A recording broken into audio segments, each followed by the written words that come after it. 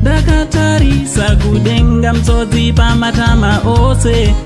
Nyaya yanetsa iyoyo zvokana kune nyaya yatichapa ma-awards mugore rinoerika. Aiwa hanti ndini sekuru vachona here, ndini sekuru the only Zimbabwean uncle.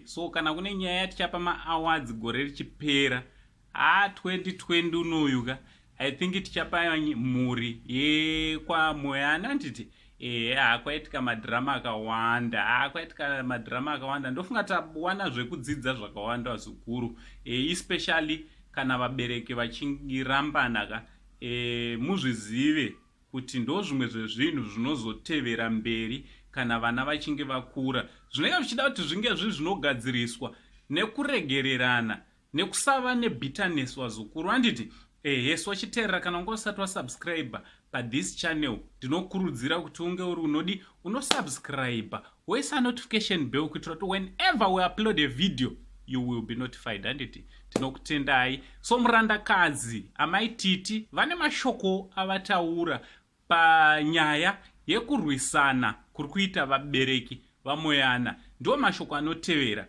nasekuru Saint the only Zimbabwean uncle ndichibva ndati chi I want to say something.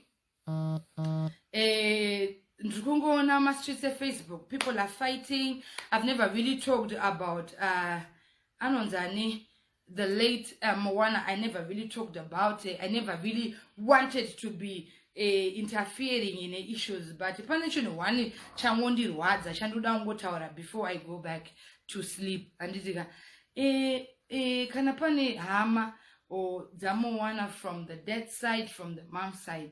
Listen, murandakadzi mwanasikana akashaya akatisiya. And honestly speaking, his spirit needs to rest. Besides all the differences that you guys have as a family, Mwana has to rest. Why not set aside my differences? Do you know sometimes Begi Pakambo circulate my pictures at Titi na baba wake? She was saying, she was vowing that she would never talk to the baby dad because I was hurt. Listen, we all get hurt, we all get bitter. But at the end of the day, the reason why I forgave my ex, no matter how bitter I was, is because ndakafunga kuti alright, ndikarambidza mwana kuti aone baba vake, besides zvavakanditira kana vakandita rafu kana vakandita chini. Komangwana, those situation yekuti mangwana akafa, you will fight. You need to make peace, not for you, for the mwana. Izvozvo zvakakosha mufunge. Even here kana kune vanhu vari separate from the baby dads, I'm not saying go back, I'm not saying reconcile, but I'm saying make peace. Kungoti zvinhu zvifambe. Mwana iye anoda kuzorora mufunge. Kana muripo makanditeerera handizi tete venyu, handizi counselor, but I just thought, you know what, this is becoming too much and too stressful and it's draining everybody. The more mazuva ari kuwedzerwa, the more mari iri kubuda. The more mazuva ari kuwedzerwa, the more mafights ari kubuda. Why not come together as a family? Ngoti sha ini ndakakumaka, I hate you, but let's bury our kid in peace. Mwana notodo. Inini chaya was very bitter about my ex-husband. Very bitter. But there is one day that he called me. I don't even know from where. Then I said, you know what? You need to come and see your child. And it's been a while on the single morning, my ex-husband. I never wanted to see him because we had serious issues and the way we went our separate ways was so painful. Listen, I don't want to see you. But I forgave him. Not like I reconciled or anything, because there's nothing that I want from him. I'm getting married and he's got a life. But I did it for the sake of mwana mangwana. In the Jeshua, the mangwana no gonna tell us wanda panofiwa kazhinji ndo panonetsa. We can refuse now vana vedu vari vapenyu vachitamba vachigalivhanda uchirambira nemwana but pakufapa ndo paunozoona zvese izvozvizvi.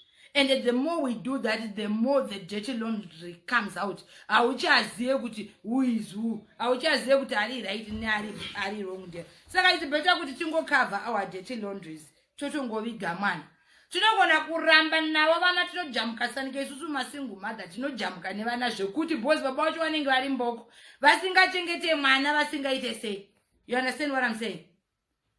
But at the end of the day, we need to just come together because pakakoshesesa ndepanofamana. You understand? Pakakoshesesa ndepanoshayavana.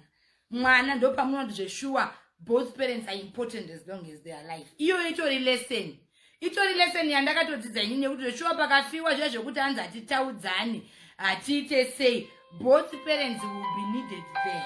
Especially kana mwana achitori neseneme kwababa vake. Saka I just think that you guys need to be at peace just for the sake yekuviga mwana chete.